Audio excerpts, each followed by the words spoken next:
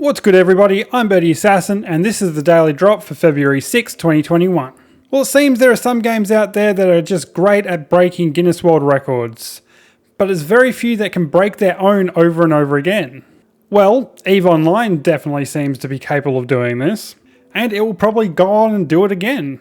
If you haven't heard of EVE Online, it's a big MMO which is just in outer space.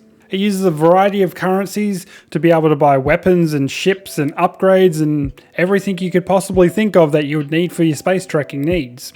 The most common currency used is called Plex, which actually costs real world money to get in the game. Well, this all comes down to the fact that when you buy a ship and you use Plex, then obviously you've paid for that ship, so if it gets destroyed, you gotta go and spend some more money to get a new ship. And that's going to be the instance for a lot of ship captains out there after this latest record-breaking battle. Yes, late last year, this 17-year-old game broke its own record for the most expensive game battle ever recorded. Named the Massacre at M2-XFE, two factions that have been at war for months had been pretty much sitting at a stalemate for quite some time now, hitting small battles here and there. But then one decided to attack the other's keep star. A keep star is pretty much like a massive space station and is almost a central hub for this particular faction. This caused a massive battle that lasted 14 hours, with almost 6,000 players from each faction destroying each other's ships and letting off expensive weapons of mass destruction to try and gain the upper hand over the other. The only reason why the battle actually stopped was because EVE went into scheduled downtime for maintenance. In the end, the fight had cost players over $378,000 in damages and destroyed ships, and it is estimated that the war so far has cost over $700,000 US. So it's pretty crazy to see a 17-year-old game costing players this much even to this day.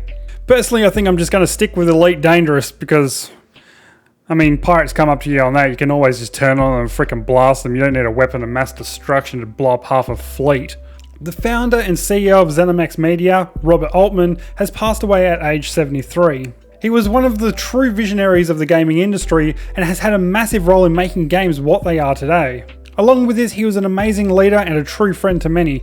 Even during the pandemic, he was sending weekly emails to all his employees to help them get through the difficult time. And finally, Activision, Infinity Ward and MLG have all been hit with a copyright infringement lawsuit. The lawsuit claims that the companies were responsible for stealing the design of Mara in Call of Duty Modern Warfare from November Resistance, a story that was in the hopes of being made into a film. Photos were taken of cosplayer and actress Alexandra, who was playing Cade Yanis in the story. The idea behind the pictures were actually to take him to a film studio to get a contract to make it into a movie. The pictures were also uploaded to Instagram and even put into calendars. Alexandra was then also hired to create a strong, skilled female fighter for Modern Warfare. It's also been claimed that she was asked to obtain the same clothing and gear used in the Cade Yanis photo shoot.